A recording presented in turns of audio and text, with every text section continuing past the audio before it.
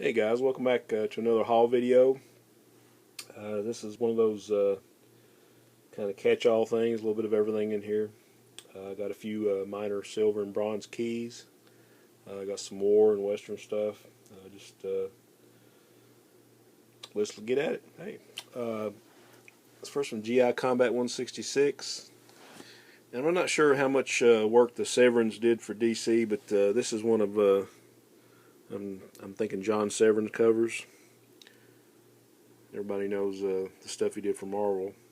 This is one of the few books I think you'll see that he did for DC. Number 166. GI Combat 167. More Joe Kubert. Of course, Kubert probably did 90% of all the covers and half the interiors back in the 60s for the war books. Got a nice black background featuring the haunted tank. More Kubert, GI Combat 171. The tiger's falling back around the corner and we're home free. Not quite, but cool cover. I think I might have shown this one. This might have been a freebie that this guy showed in. It was just like a reader copy, but I've already got a copy of this. This is a GI Combat 168. I think it's like the maybe the only or one of the few war covers that Neal Adams ever did for DC. But it's pretty. I really love this cover.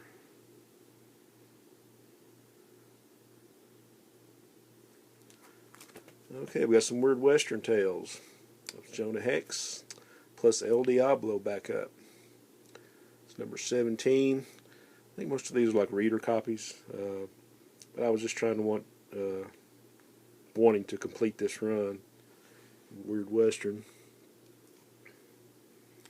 Not sure who did the cover. Might be another Luis Dominguez job. That looks like Nick Cardy there. It's what number is this? Okay, number 18, I couldn't see.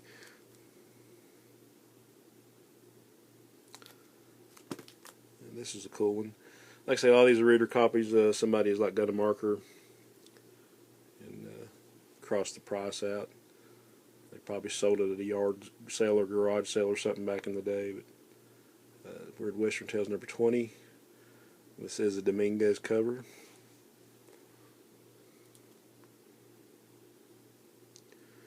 Luis Dominguez is one of those guys that I don't think he gets nearly enough credit. I think he was one of the guys that DC recruited from the Philippines back in the 70s. You know, there's a long line of those guys, Alex Nino and Alfredo Alcala and Fred Carrillo and Rubini and, just there were quite a few of those guys, and they were like really talented. Another great cover, Weird Western Tales number 22.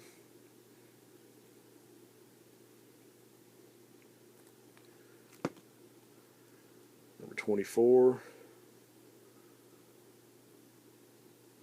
Yeah, somebody loved this one. They wrote on it. I think there's a coffee stain here. Another Dominguez cover.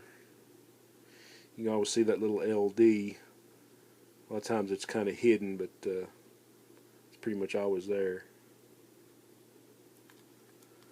Yeah, this one's really beat up. Number 31.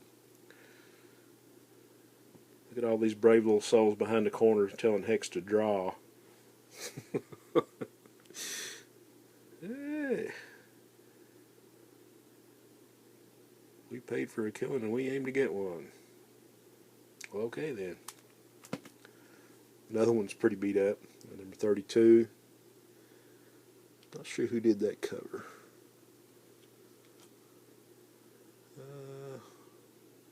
Don't know. Okay, got another little stack.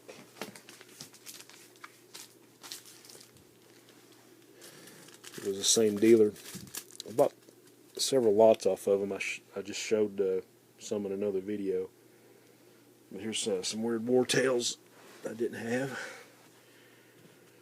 Here's number 10.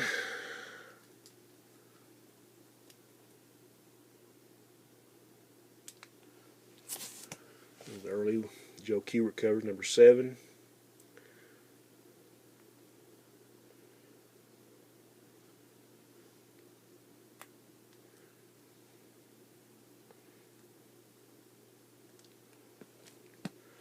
There's one of my favorites.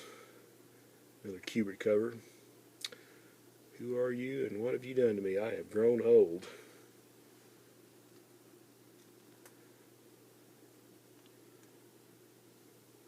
Number 4. A little bit beat up on one of the, or maybe that's just the bag.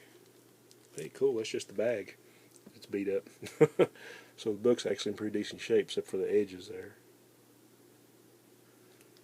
Okay. Weird War 12. This is a really nice cover. I think it's one of the few covers you'll see Mike Kaluta on as far as war genre. Of course, I guess it's sort of horror too, since it's Weird War, but thought it was kind of neat. You never see Kaluta on this kind of book.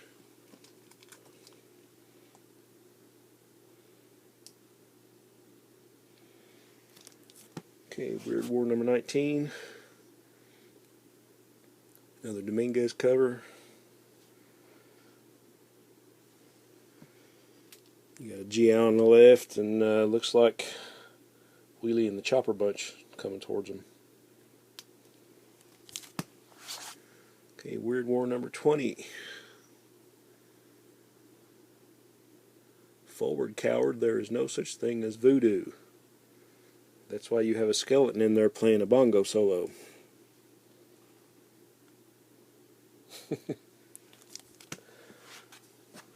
Number 27.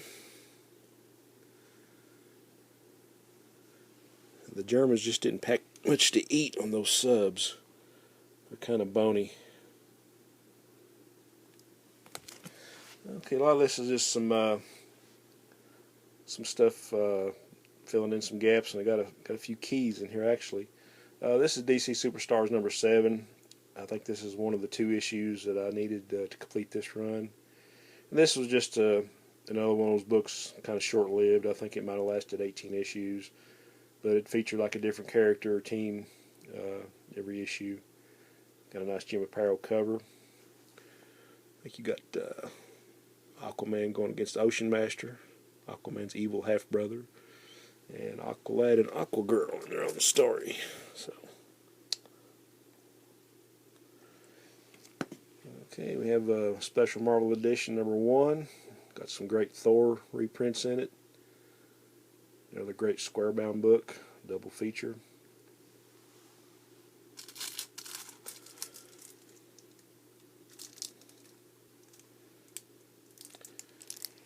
Okay, you got some Silver Age Superboy with the racing checks, or go-go checks as I like to call them, on the top. Number 137. It's Kurt Swan cover.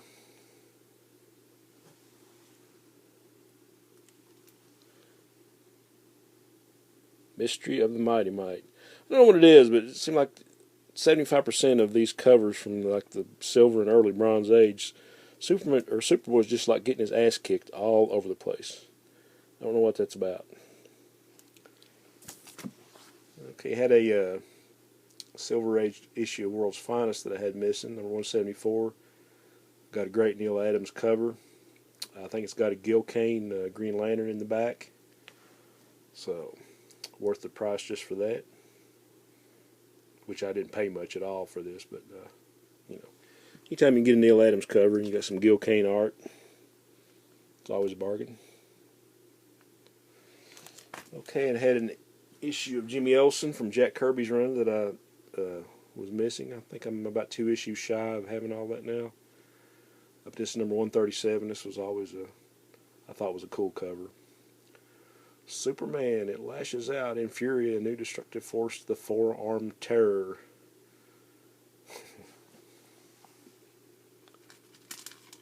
Pretty nice copy. Okay, you got the Showcase number 85. I think this is the first appearance of Firehair. He wasn't a major character. It was just something that they kind of introduced. I think it was like this issue and the 2 following, 86 and 87. But great Joe Kubert cover and art in this one. I was really happy to get this. That's just a beautiful cover. Okay, and more Superboy. This is number 98. This is one that's been on my list for years. Probably anybody that's not a fan of the Legion of Superheroes is not going to know the significance of this, but this is actually the first appearance of Ultra Boy. Got another nice Curt Swan cover. So this is a pretty nice Silver Age key for DC guys or for Superboy enthusiasts.